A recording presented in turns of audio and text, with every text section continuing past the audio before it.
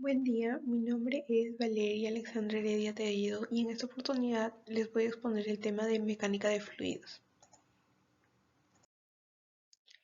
Al inicio vamos a ver los conceptos básicos, qué es la mecánica de fluidos, algunas propiedades de los fluidos y la estática de fluidos y dinámica de fluidos.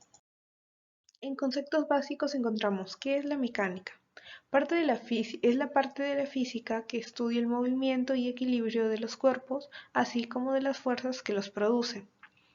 También nos encontramos con el concepto de qué es un fluido. Un fluido son sustancias cuyas partículas presentan una gran movilidad y se desplazan libremente, y esto es debido a la poca cohesión que existe entre ellas. Además, adoptan la forma del recipiente que los contiene. En fluidos podemos encontrar dos tipos de fluidos. Los líquidos, que son aquellos que tienen un volumen definido y son casi incompresibles. Y también tenemos a los gases, que son los que ocupan todo el recipiente que los contiene y son fácilmente incompresibles, o sea, están formados por moléculas muy separadas entre sí. Entonces, conociendo ya estos dos conceptos, ¿qué podemos decir que es la mecánica de fluidos? En sí es una rama de la física que estudia el comportamiento de los líquidos y los gases. Pero cuando hablamos de comportamiento, ¿a qué nos referimos? Nos referimos a los fluidos en reposo, que también es llamado hidroestática, y los fluidos en movimiento, también llamados hidrodinámica. En las propiedades de los fluidos encontramos que todos los fluidos tienen una densidad, o también llamada masa específica, y que es representada por este símbolo de acá. Tenemos que es la cantidad de materia por cada unidad de volumen. Tiene mucho que ver con cuán juntos o separados están los átomos o las moléculas de dicha sustancia. En su fórmula encontramos que la densidad va a ser igual a la masa entre el volumen, y sus unidades van a ser los kilogramos entre metros cúbicos. Para entender mejor la densidad podemos explicarlo con algunos ejemplos. Por ejemplo, en los estados de la materia podemos apreciar que entre más juntos están sus moléculas, en este caso sería en los sólidos, podemos apreciar que sus moléculas están más juntos. En cambio, en un estado gaseoso, las moléculas están mucho más separadas, y esto va a hacer que en estado sólido presente una mayor densidad.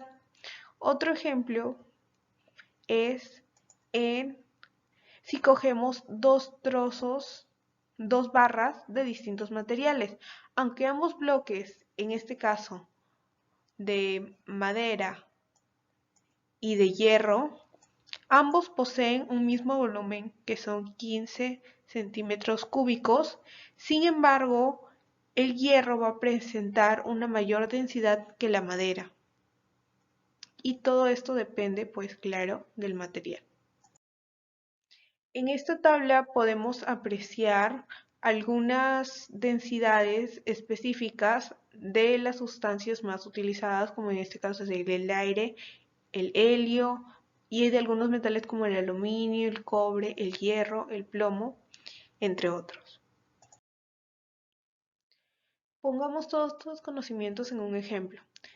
Ejemplo número 1. Dice, sabiendo que la densidad del alcohol es de 790 kilogramos metros cúbicos y la del aceite de oliva es de 910 kilogramos entre metros cúbicos, ¿cuál de los dos tiene más masa, el aceite o el alcohol, en un litro de sustancia? Es como el ejemplo que acabamos de ver. Acá nos da los datos como la densidad del alcohol, la densidad del aceite y el volumen, que en este caso es el mismo. Tenemos la fórmula de la densidad, que es la masa entre el volumen, y de esto se puede obtener que la masa va a ser igual a la densidad por el volumen. Entonces, al aplicar los datos que ya tenemos en la parte de aquí, podemos darnos cuenta que la masa del aceite es mucho mayor que la masa del alcohol. Otra característica de los fluidos es su peso específico, representado por este signo de acá. Es la relación que existe entre el peso y el volumen que ocupa una sustancia, donde podemos apreciar que el peso específico es igual a la masa específica por la gravedad. Y entonces encontramos que el peso específico es igual a la masa entre el volumen por la gravedad, pero por conocimientos previos sabemos que la masa entre el volumen es igual a la densidad. Entonces también podríamos sacar que el peso específico es la densidad por la gravedad. Y sus unidades van a ser newtons entre metros cúbicos.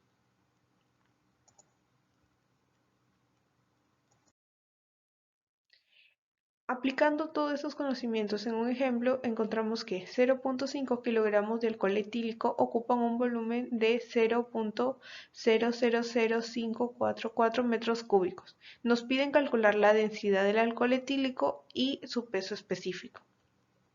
Como datos, tenemos que la masa del alcohol y la cantidad de volumen que ocupa. Entonces sabemos que la densidad es la masa entre el volumen. Entonces sería 0,5 kilogramos entre el volumen que nos dan en metros cúbicos y obtenemos este resultado. Con este resultado, que es la densidad del cuerpo, podemos hallar su peso específico, que sería la densidad ya hallada en el apartado A por la gravedad, que en este caso la tomamos como 9.8 metros entre segundos al cuadrado. Y con todo esto podemos hallar este resultado, y este sería el peso específico del alcohol etílico. Otra propiedad de un fluido es la presión, representada por una P mayúscula. ¿Pero qué es la presión? La presión es la cantidad de fuerza ejercida por unidad de área y se representa por la presión es igual a la fuerza entre el área y sus unidades son newtons entre metros cuadrados o pascal. Para poner todo esto en un ejemplo, encontramos dos casos. En el primer caso se está intentando clavar un boliche a una pared y en el segundo caso intentamos clavar un alfiler en una pared. En ambos casos estamos aplicando una misma fuerza. Sin embargo, el único que se logra clavar es el alfiler, ya que presenta un área menor, que sería la parte de acá, al área con la que estamos golpeando la pared en el primer caso, que sería un área mayor. Con esto podemos concluir que una fuerza aplicada a un área menor va a ejercer mayor presión que en un área más grande. En presión podemos encontrar que existe la presión hidrostática o manométrica, que es igual a la densidad por la gravedad por la altura, y encontramos una presión absoluta. La presión absoluta es igual a la presión atmosférica más la presión hidrostática o manométrica. ¿Cómo así? La presión absoluta es la que encontramos en el punto B y esta va a ser igual a la presión en el punto A, que sería nuestra presión atmosférica, más la presión en el punto B. La presión en el punto B va a ser igual a la presión en el punto A más la densidad por la gravedad por la altura que existe desde el punto A hasta el punto B. Y con esto podemos concluir la fórmula de acá arriba, que es la presión absoluta va a ser igual a la presión atmosférica más la presión hidrostática, que es la densidad por la gravedad por la altura en B. Un ejemplo. Nos piden calcular la presión que soportan las paredes de un submarino cuando se encuentra sumergido a 200 metros de profundidad. ¿Cuál será la fuerza que actuará sobre una escotilla si tiene forma circular y 80 centímetros de diámetro? Nos dan la densidad del agua de mar y la gravedad. Nos dan otros datos como la altura, la densidad, la gravedad, diámetro y el radio. En este caso, según el principio fundamental de la hidrostática, la presión que sufre el submarino sumergido en el agua del mar a 200 metros es la fórmula ya antes indicada, la densidad por la gravedad por la altura. Y al reemplazar con los datos ya antes mencionados, nos da que tiene una presión de 2.018.800 pascales. Y una vez que conocemos la presión a esa profundidad, la fuerza que se ejerce sobre la escotilla será la fuerza entre el área de la escotilla. Y en todo este caso sería que la fuerza nos va a resultar esta cantidad. En otro ejemplo encontramos que un buceador desciende a 10 metros de profundidad en el mar. ¿Y cuál es la presión que está soportando si la densidad del agua del mar es de 1025 kilogramos metros cúbicos? Nos dan otros datos adicionales como la altura y la gravedad. Con esto podemos encontrar que según el principio fundamental de la hidrostática, pues encontramos la misma fórmula, que la presión va a ser igual a la densidad por la altura por la gravedad, y sustituyendo todos los datos que tenemos en la parte de acá en esta fórmula, encontramos que la presión final va a ser de 100.450 pascales. Terminando con las propiedades de los fluidos, podemos entrar a la estática de fluidos, o también conocida como hidrostática. Algunas aplicaciones de la hidrostática es en la presión que ejerce el agua de un tanque sobre unas canillas, la presión hidráulica, la presión que soporta una persona sumergida en el mar o la flotación de una embarcación. En la hidrostática encontramos el principio de Pascal. ¿Qué nos dice el principio de Pascal? El principio de Pascal nos dice que cualquier presión ejercida sobre un fluido incompresible, que sea un líquido, encerrado en un recipiente indeforme, se transmite por igual en todas las direcciones y con la misma intensidad a todos los puntos del fluido y a las paredes del recipiente que lo contiene. O sea, una presión ejercida en este punto de acá se transmite en todas las direcciones del recipiente. Como fórmula, en una prensa hidráulica encontramos que la presión ejercida en el punto de acá, que sería nuestro punto A, y la presión ejercida en el punto E va a ser la misma. Encontramos que la fuerza ejercida en el punto A entre el área en ese mismo punto va a ser igual a la fuerza ejercida en el punto B entre el área ejercida en el área de ese mismo punto. Pongamos un ejemplo. Los emboles de una prensa hidráulica tienen 25 centímetros cuadrados y 150 centímetros cuadrados. Si se aplica una fuerza de 100 newtons en el embolo pequeño, ¿cuál será la fuerza que se ejercerá sobre el mayor?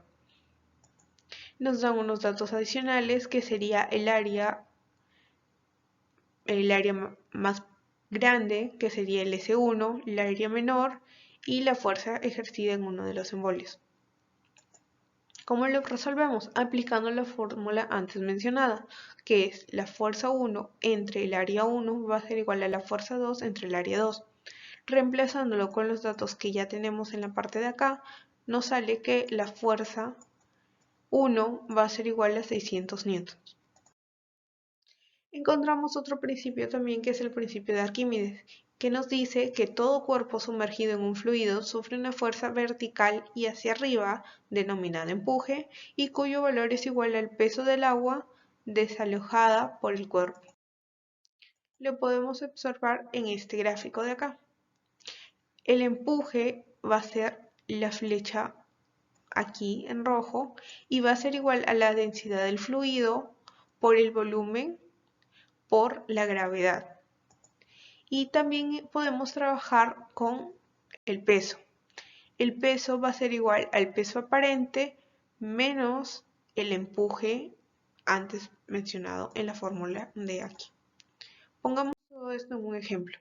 Al sumergir una piedra de 2.5 kilogramos en agua, comprobamos que tiene un peso aparente de 20 newtons, sabiendo que la gravedad es 9.8 metros entre segundos al cuadrado y la densidad del agua es 1000 kilogramos entre metros cúbicos. Nos piden calcular tres cosas: el empuje que sufre dicha piedra, el volumen de la piedra y la densidad de la piedra. Como datos nos dan el peso aparente, la masa, la gravedad y la densidad del agua. ¿Cómo resolveríamos eso?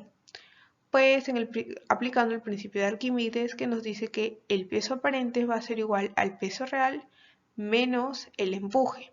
Y con esto podemos hallar la fuerza de empuje, que en este caso sería 4.5 newton.